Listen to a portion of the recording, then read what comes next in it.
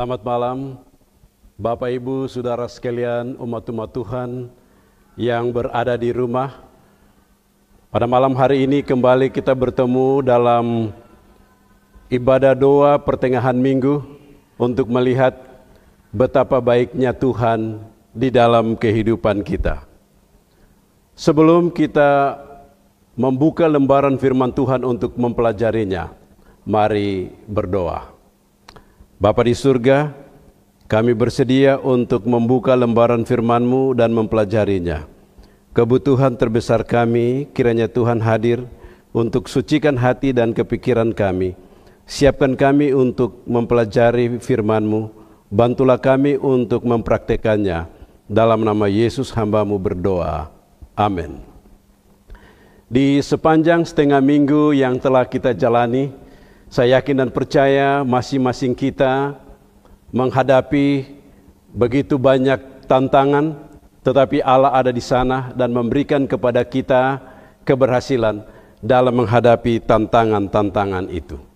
Pada malam hari ini kita akan melanjutkan pekabaran firman Tuhan dari malam permintaan doa pada minggu yang lalu dengan judul Kuasa Doa Memindahkan Gunung Ketidakpastian.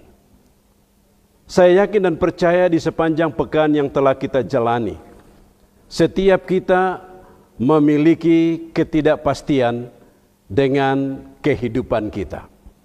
Ada yang tidak pasti tentang masa depannya. Ada yang tidak pasti dengan pekerjaan. Mungkin ada yang tidak pasti dengan kesehatan. Ada yang tidak pasti dengan rumah tangga. Dan berbagai macam-macam masalah lainnya yang membuat kita tidak pasti dengan masa depan kita. Untuk itu, pada malam hari ini saya ingin mengajak kita semua untuk membawa ketidakpastian kita di dalam doa dan juga di dalam mempelajari akan firman Tuhan. Saya ingin membacakan satu kutipan yang berbicara tentang kuasa doa yang dituliskan oleh hamba Tuhan Ellen G. White dalam majalah Review and Herald Oktober 20, 1896 sebagai berikut. Berkat terbesar yang dapat diberikan oleh Allah bagi manusia adalah roh untuk berdoa yang sungguh-sungguh. Seluruh surga terbuka bagi orang yang senantiasa berdoa. Duta-duta surga akan menerima kuasa bersama orang-orang yang berdoa dengan sungguh-sungguh di hadapan Tuhan. Bila mana kita berdoa dengan sungguh-sungguh kepada Tuhan, maka Tuhan akan memberikan jalan keluar atas setiap masalah yang kita hadapi.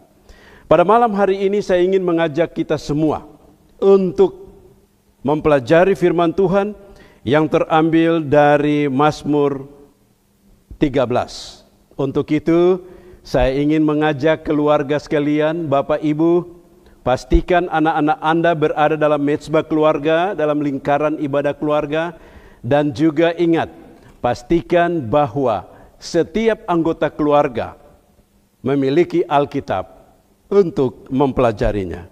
Mari saya ingin ajak kita semua untuk membuka Alkitab kita dalam Mazmur pasal yang ke-13. Mazmur pasal yang ke-13 ayat 1 sampai ayatnya yang ke-6 berbicara tentang doa, namun juga berbicara tentang protes yang dibuat oleh Daud oleh karena masalah yang dihadapi olehnya. Dia mintakan kepada Tuhan untuk memberikan jalan keluar, tetapi jawaban itu belum datang. Itulah sebabnya bagian ini menuliskan protesnya kepada Tuhan, namun pada akhirnya dia rubah itu dalam bentuk doa. Bukan hanya doa, tetapi dia akhiri dengan pujian kepada Tuhan yang mengajarkan kepada kita bagaimana berdoa secara efektif. Malam hari ini kita akan mempelajari satu judul, Kuasa Doa Memindahkan Gunung Ketidakpastian. Mazmur 13 ayat 1 sampai ayat 6, mari kita baca bersama-sama. Untuk pemimpin biduan Mazmur Daud. Berapa lama lagi Tuhan kau lupakan aku terus-menerus? Berapa lama lagi kau sembunyikan wajah-Mu terhadap aku? Berapa lama lagi aku harus menaruh kekhawatiran dalam diriku dan sedih hati sepanjang hari? Berapa lama lagi musuhku meninggikan diri atasku? Pandanglah kiranya, jawablah aku, ya Tuhan Allahku, buatlah mataku bercahaya supaya aku tertidur dan tidak mati. Supaya musuhku jangan berkata, aku telah mengalahkan dia, dan lawan-lawanku bersorak-sorak apabila aku goyah. Tetapi aku kepada kasih setiamu akan percaya. Hatiku bersorak-sorak karena penyelamatanmu. Aku mau menyanyi untuk Tuhan karena ia telah berbuat baik. Ada 3 bagian di dalam Mazmur 13 ayat 1 sampai ayat yang ke-6. Kuasa doa memindahkan gunung ketidakpastian. Sebagaimana saya katakan tadi bahwa perjalanan kehidupan kita ke depan ini seringkali kita dihadapkan dengan ketidakpastian. Ketidakpastian di dalam keselamatan hidup, ketidakpastian di dalam kesehatan, ketidakpastian di dalam kehidupan rumah tangga, ketidakpastian di dalam kebahagiaan, ketidakpastian di dalam kesuksesan, dan begitu banyak ketidakpastian yang kita hadapi. Itulah kondisi dunia yang sementara terjadi. Tetapi firman Tuhan pada malam hari ini memberikan kepada kita jalan keluar. Bagaimana caranya kita menghadapi ketidakpastian di dalam hidup ini. Mari kita mulaikan dengan ayatnya yang pertama dan kedua. Untuk pemimpin biduan, Mazmur Daud. Berapa lama lagi Tuhan kau lupakan aku terus-menerus? Berapa lama lagi kau sembunyikan wajah-Mu terhadap aku?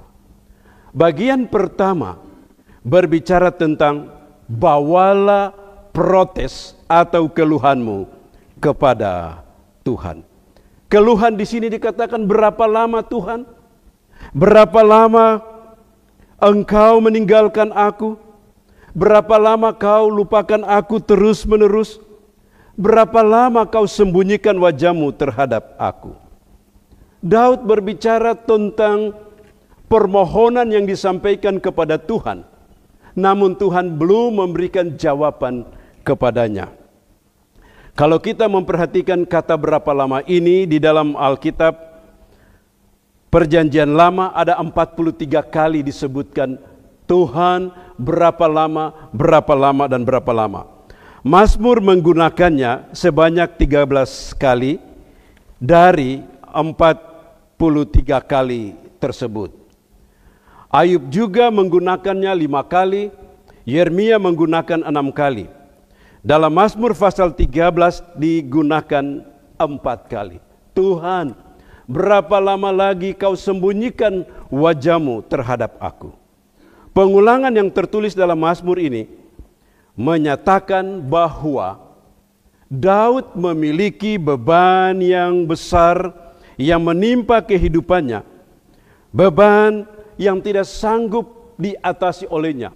Itulah sebabnya dia berulang kali datang meminta kepada Tuhan, berseru kepada Tuhan, bukan hanya berseru.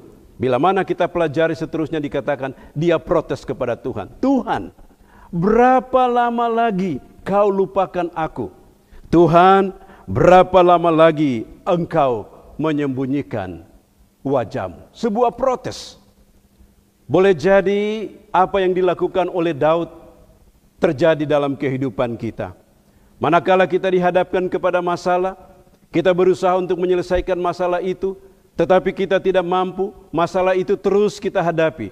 Ada yang katakan, Tuhan, mengapa ini terjadi? Tuhan, mengapa kau tidak dengar doaku? Dan banyak Tuhan, dan banyak Tuhan, dan banyak Tuhan. Seorang gadis suatu ketika datang ke rumah sakit untuk menjenguk ibunya. Ibunya yang sementara sakit untuk waktu yang berkepanjangan. Dia telah berdoa kepada Tuhan memintakan kesembuhan atas penyakit yang diderita oleh ibunya. Pada waktu dia datang ke rumah sakit dalam keadaan senyum, bersedia untuk masuk di kamar tempat ibunya dirawat. Dia mendapatkan berita dari perawat yang melayani mengatakan kepadanya bahwa mamamu telah meninggal dunia. Secara spontan dia katakan, Tuhan, Tuhan, mengapa engkau membiarkan ini terjadi? Tuhan, mengapa engkau mengizinkan penderitaan ini terjadi? Dan Tuhan, kapan semua ini akan berakhir? Inilah situasi yang dialami oleh Daud, di mana dia berkali-kali mengatakan kepada Tuhan, berapa lama lagi penderitaan ini kuhadapi? Tuhan, berapa lama lagi kau sembunyikan wajahmu terhadap aku? Dan Tuhan, berapa lama lagi kau menjawab doaku? Bapak Ibu Saudara sekalian, bisa saja kita mengalami peristiwa yang sama. Kita protes kepada Tuhan atas peristiwa-peristiwa yang terjadi di dalam kehidupan kita. Kita protes kepada Tuhan oleh karena mungkin doa yang kita layangkan itu lama dijawab oleh Tuhan atau mungkin tidak dijawab oleh Tuhan. Kita protes kepada Tuhan oleh karena boleh saja usaha-usaha kita hancur. Tapi apapun situasi, mari kita tetap membawa kepada Tuhan. Jangan membawa kepada orang lain, tetapi kita tetap membawa itu kepada Tuhan. Bagian pertama mengatakan bahwa apapun masalah yang kita hadapi di dalam kehidupan kita, keluhan-keluhan kita kepada Tuhan, mari kita terus membawa kepada Tuhan. Jangan membawa kepada orang lain, tetapi marilah kita terus membawa kepada Tuhan, memintakan Dia untuk menolong kita. Walaupun seringkali kita temukan bahwa jawaban doa itu datang lambat atau tidak sama sekali. Kita sementara dihadapkan kepada virus yang mewabah dari satu negara ke negara yang lain, dari satu kota ke kota yang lain, dari satu keluarga ke keluarga yang lain, dari satu orang ke orang yang lain. Para medis telah menjadi korban dan doa kita senantiasa, Tuhan, berapa lama kami harus dihadapkan kepada rasa takut, rasa khawatir, bahkan kematian yang datang silih berganti oleh karena virus ini. Jalan satu-satunya adalah mari kita bawa masalah ini kepada Tuhan. Mari kita bawa pergumulan ini kepada Tuhan. Mari kita bicara dengan Tuhan, karena di dalam Tuhan kita akan mendapatkan jalan keluar atas setiap pergumulan, setiap masalah yang kita hadapi di dalam kehidupan kita. Sebuah pepatah mengatakan, kita dilahirkan, kita menangis. Kita hidup, kita mengeluh. Kita mati, kita dikecewakan. Itulah perjalanan kehidupan manusia. Mari kita lihat pahit getirnya hidup ini dari beban hidup yang dibawakan oleh pemazmur. Berapa lama lagi engkau menyembunyikan wajahmu terhadap aku? Berapa lama lagi? Kata berapa lama ini memberikan beberapa penekanan-penekanan. Penekanan yang pertama adalah dia terengah, merasakan Allah telah melupakan dia. Dan tensi daripada masalah itu makin lama makin tinggi. Dia merasa Allah sudah melupakan dia. Dia merasa Allah sudah mengabaikan dia. Itulah sebabnya dia katakan, Tuhan, berapa lama lagi engkau melupakan aku? Berapa lama lagi engkau memalingkan wajahmu daripadaku? Merasa bahwa Tuhan telah melupakan dia. Apakah Tuhan melupakan kita? Apakah Tuhan melupakan umatnya yang dicintainya, yang olehnya Yesus telah datang dan mati, harta satu-satunya diberikan supaya mereka yang diciptakan menurut gambar dan rupa Allah ini mendapatkan jaminan keselamatan. Tuhan tidak melupakan kita, tapi Tuhan ada senantiasa di dalam kehidupan kita. Yang kedua, Tuhan berapa lama lagi berbicara tentang kondisinya yang sudah tidak berdaya lagi, yang digambarkan dengan suara yang sudah tidak dapat lagi dikeluarkan, dengan kata lain dia bungkam oleh karena tidak ada jalan keluar sama sekali. Dia katakan, Tuhan, berapa lama lagi Engkau menyembunyikan wajah-Mu terhadap aku? Selamanya? Protes muncul lagi. Apakah selamanya? Tuhan, apakah Engkau bersembunyi dari mukaku? Tuhan, mengapa Engkau tidak menyatakan diri-Mu kepadaku? Mazmur 18 ayat 11 sampai 12, Ayub 3 ayat 23 bicara tentang ratapan yang sama. Tuhan, kenapa Kau sembunyikan wajah-Mu? Tuhan, kenapa Kau tidak dengar doaku? Dalam kondisi seperti ini, sekali lagi, Daud tidak mampu menghadapi suramnya hidup ini. Dia kemudian menyatakan bahwa, kenapa Tuhan Engkau menyembunyikan wajah-Mu daripadaku? Kemudian yang ketiga, bagian yang ketiga berbicara tentang dia terengah-engah. Tuhan, berapa lama lagi saya mendapat nasihat dalam kekalutan jiwa ini? Berapa lama lagi Engkau akan menjawab kekalutan hidup ini? Aku memikul beban yang berat, aku menderita sakit sepanjang hidupku. Tuhan, berapa lama lagi aku harus bersedih, aku harus berduka, aku harus merana? Semua ini adalah beban hidupku. Tuhan, tolonglah aku. Tidak sampai di situ. Yang keempat, Tuhan berapa lama lagi berbicara tentang dia seakan-akan menyatakan sesuatu kepada Tuhan dengan hembusan. Ia menyatakan tak berdaya lagi. Tuhan, berapa lama lagi musuhku menindas aku? Di saat dia melihat dirinya ada yang kosong, kekosongan di dalam kehidupannya. Tuhan, berapa lama lagi? Berapa lama lagi Engkau akan menjawab, Engkau akan menolong? Dan mari saudara sekalian, kita bisa melihat situasi ini di dalam kehidupan kita.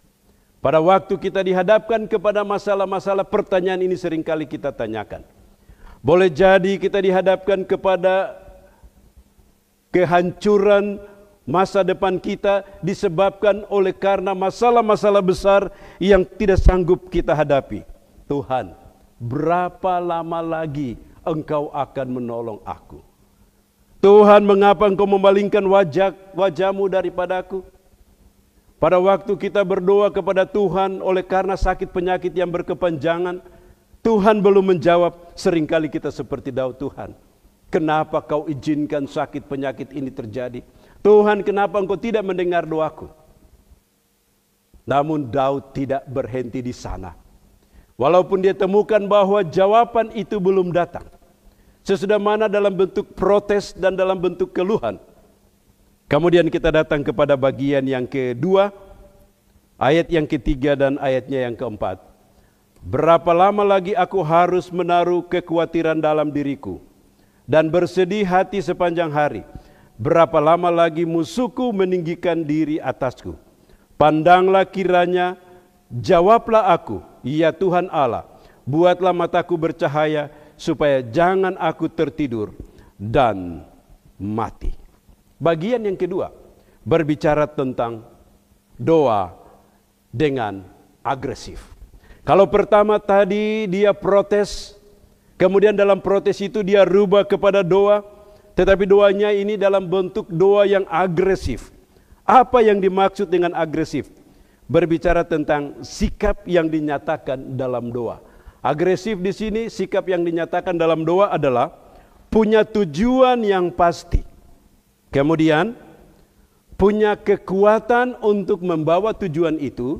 Kemudian punya semangat yang tidak pernah berhenti untuk berdoa kepada Tuhan. Itu yang dimaksud dengan berdoa dengan agresif. Berdoa dengan tujuan, berdoa dengan kekuatan, berdoa dengan semangat. Kekuatan yang sisa yang ada pada kita, semangat yang ada, tujuan yang ada, itulah yang harus kita doakan.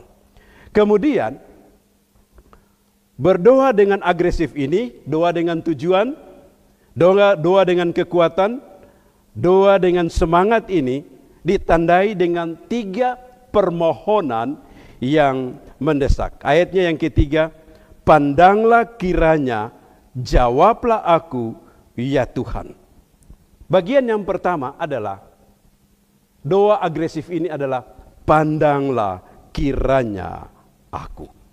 Isi doa yang menyatakan kepada Tuhan, Tuhan, lihat aku. Tuhan, lihat aku. Tuhan harus lihat saya. Tuhan jangan cuma lewat, tapi Tuhan harus lihat saya. Tuhan, kelihatannya hubungan kita ini sudah putus. Tolong sambung kembali. Tuhan, mana berkat-Mu?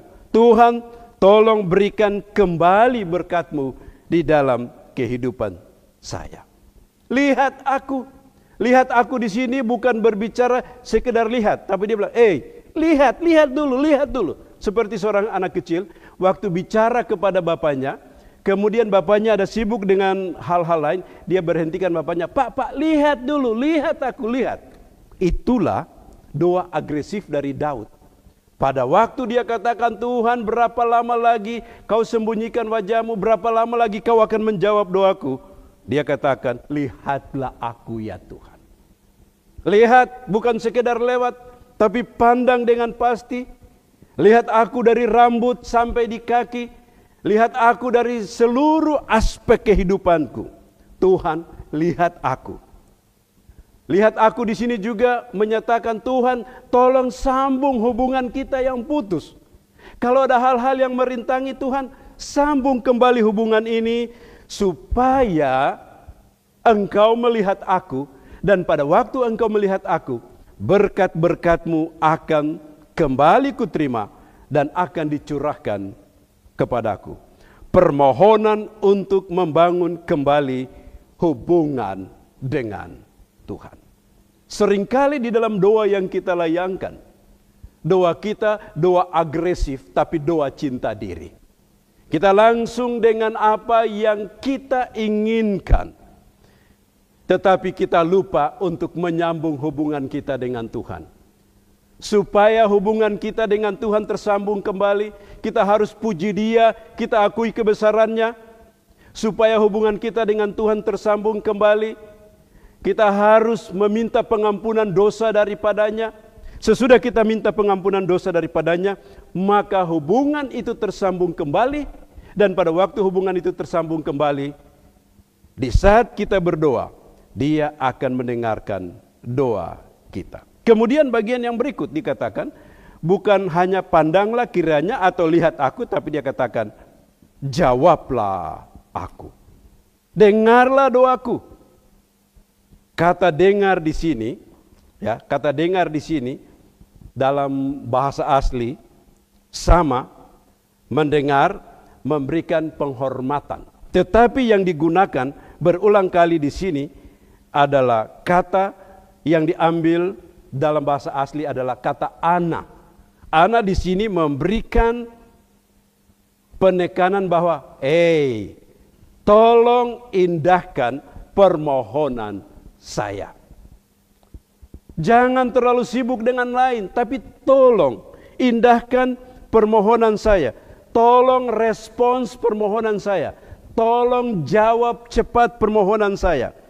Sama dengan berbicara dengan seseorang yang tidak mendengar, lalu kita meminta perhatiannya, seperti saya katakan tadi, seperti anak kecil tadi. Pernyataan menyatakan hubungan dengan Tuhan semesta alam. Dengarlah, lihatlah, adalah merupakan doa pokok untuk berkat dari perjanjian Allah dengan bangsanya. Dalam Keluaran pasal yang kedua ayat 24 sampai 25, Allah mendengar, Allah melihat situasi daripada bangsanya pada waktu mereka datang dan memintakan pertolongan daripadanya. Allah datang dan Allah menolong mereka. Keluaran 3 ayat 7 sampai ayatnya yang ke-8 berbicara tentang aku adalah aku. Aku ini. Aku yang menciptakan kamu. Aku yang memelihara kamu. Aku yang menebus kamu. Apapun yang aku lakukan terbaik bagimu. Kemudian yang ketiga, pandanglah kiranya, jawablah aku, buatlah mataku bercahaya. Doa yang agresif. Punya tujuan, kekuatan, semangat. Kemudian mengatakan, dengarlah, lihatlah. Kemudian yang bagian berikut adalah, buatlah mataku bercahaya. Buatlah mataku bercahaya, supaya jangan aku tertidur dan mati. Apakah arti buatlah mataku bercahaya? Dalam 1 Samuel pasal 14 ayat 27 dan 29 memberikan jawaban. Yonatan pada waktu memakan madu dan matanya terang, dia katakan, membuat mataku bercahaya. Artinya, berikan kepadaku kehidupan. Berikan kepadaku kehidupan. Berikan kepadaku kekuatan.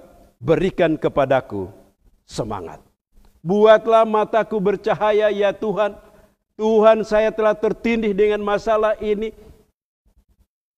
Berikan kepada saya kehidupan. Berikan kepada saya kekuatan. Dan berikan kepada saya semangat. Ada satu lagu yang menuliskan tentang buka mataku ya Tuhan. Buka mataku ya Tuhan, untuk lihat kebenaran, dan seterusnya, saudara sekalian. Apakah doa kita setiap hari memintakan Tuhan untuk bukan hanya membuka matanya untuk melihat kita, tetapi membuka mata kita untuk melihat Dia? Seringkali kita hanya memaksakan Tuhan untuk melihat kita. Seringkali kita hanya memaksakan Tuhan untuk mendengarkan kita. Seringkali kita hanya memintakan Tuhan untuk berpaling kepada kita. Tetapi kita tidak berpaling kepada Dia. Tetapi kita tidak berusaha untuk melihat Dia. Tetapi kita tidak berusaha untuk mendengar Dia. Doa yang agresif dalam masa kesesakan. Daud mengajarkan kita untuk berdoa, kita melihat Tuhan. Berdoa, kita mendengar Tuhan. Berdoa, kita mencari Tuhan. Bagian yang terakhir, ayatnya yang ke-5 dan ayatnya yang ke-6. Supaya musuhku jangan berkata, aku telah mengalahkan dia dan lawan-lawanku. Bersorak-sorak apabila aku goyah. Tetapi aku kepada kasih setiamu aku percaya. Hatiku bersorak-sorak karena penyelamatanmu. Aku mau menyanyi untuk Tuhan karena Ia telah berbuat baik kepadaku. Berdoa dengan pujian. Yang pertama tadi, keluhan dalam bentuk protes yang bisa dibawa dalam bentuk doa. Yang kedua, berdoa dengan agresif, punya tujuan, punya kekuatan, punya semangat. Memintakan Tuhan untuk melihat, memintakan Tuhan untuk mendengar, memintakan kita untuk melihat Tuhan, mendengar Tuhan, memahami jalannya. Yang ketiga adalah berdoa dengan pujian. Seorang reformator Protestan bernama Philip Melanchthon mengatakan, kesukaran dan penderitaan membawa kepada doa, dan doa menyingkirkan kesukaran dan penderitaan. Saudara lihat, kesukaran dan penderitaan membawa kita untuk berdoa. Tapi doa itu menyingkirkan kesukaran dan penderitaan dari kehidupan kita. Lalu kalau kita baca pada ayatnya yang ke-6, ada satu kata yang merubah semua. Ayat 6, tetapi aku kepada kasih setiamu aku percaya. Hatiku bersorak-sorak karena penyelamatanmu. Aku mau menyanyi untuk Tuhan, karena Ia telah berbuat baik kepadaku. Tetapi aku. Kata tetapi di sini. Tetapi di sini merubah segala sesuatu. Tetapi aku di dalam penderitaan, aku mau berdoa dan memuji Tuhan. Tetapi aku di dalam kesesakan, aku mau berdoa dan memuji Tuhan. Tetapi aku di dalam ketidakberdayaan, aku mau berdoa dan memuji Tuhan. Tetapi aku di dalam kesesakan, aku mau berdoa dan memuji Tuhan. Bapak, Ibu, Saudara sekalian, apakah di dalam mezbah keluarga kita selalu berdoa kepada Tuhan dengan agresif? Apakah di dalam mezbah keluarga kita selalu berdoa kepada Tuhan, kita memuji Dia? Seringkali di saat kita makan, seringkali di saat kita jalan, doa kita pendek. Tuhan berkati makanan ini, amin. Tidak ada pujian untuk Tuhan yang mempersiapkan makanan bagi kita. Ataupun di dalam perjalanan, Tuhan tolong dalam perjalanan tibakan dengan selamat, amin. Tidak ada pujian bahwa Dia ini pemelihara, Dia ini pelindung, dan memintakan Dia untuk bersama-sama dengan kita. Harus ada pujian di dalam setiap doa yang kita naikkan kepada Tuhan. Itulah sebabnya kita mulai doa dengan memuji Dia, membesarkan Dia. Kemudian kita minta pengampunan daripadanya. Kemudian kita sampaikan akan keinginan-keinginan kita. Kita tutup dengan bersyukur kepada Dia dan berterima kasih. Andrew Study Bible halaman 681 katakan, Daud secara jujur menyampaikan frustrasinya dan ketidaksabarannya atas doanya yang belum dijawab Tuhan untuk kelepasan dari musuh-musuhnya. Tuhan, berapa lama lagi kau sembunyikan wajahmu? Berapa lama lagi kau jawab doaku? Dia frustrasi, dia tidak sabar. Kemudian dia menyimpulkan dengan sungguh-sungguh dan sukacita untuk berkat Tuhan di waktu lalu dan janji keselamatan dari Tuhan. Namun pada akhir doanya ini, Tuhan, terima kasih untuk berkat-berkat yang kau berikan di waktu lalu. Terima kasih untuk berkat kesehatan. Terima kasih untuk berkat keselamatan. Dan begitu banyak berkat lainnya. Terima kasih Tuhan.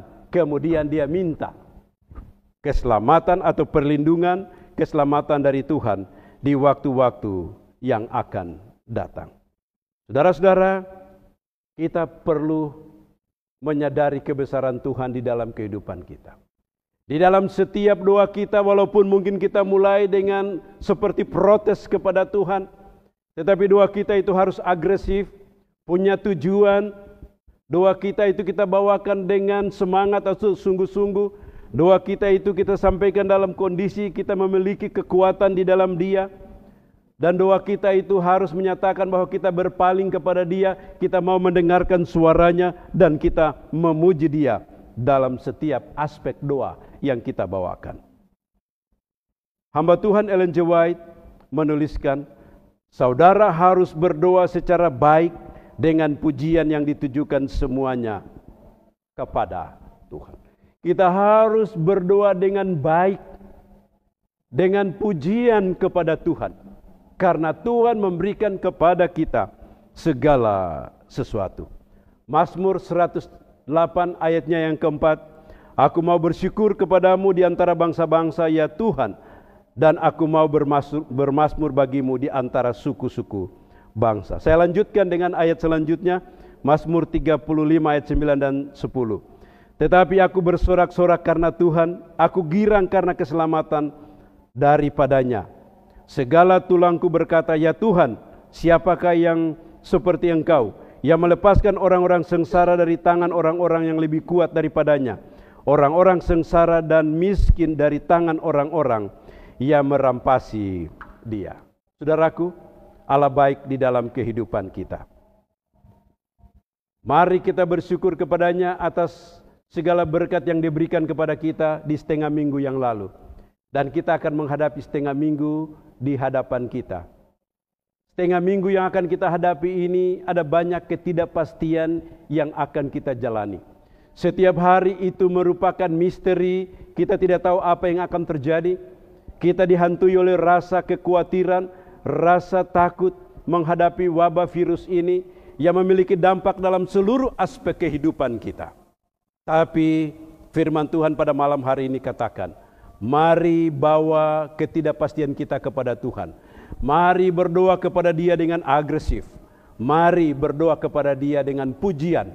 Oleh karena Allah kita adalah Allah yang senantiasa memelihara kita. Apapun kondisi yang kita hadapi dalam hidup ini. Tuhan senantiasa menjaga kita. Mari kita terus memiliki hubungan yang baik dengan Dia. Tuhan memberikan kasih karunia-Nya kepada kita. Mari kita mengikuti Dia. Mari kita berdoa dengan pujian kepada Allah. Karena Allah itu baik.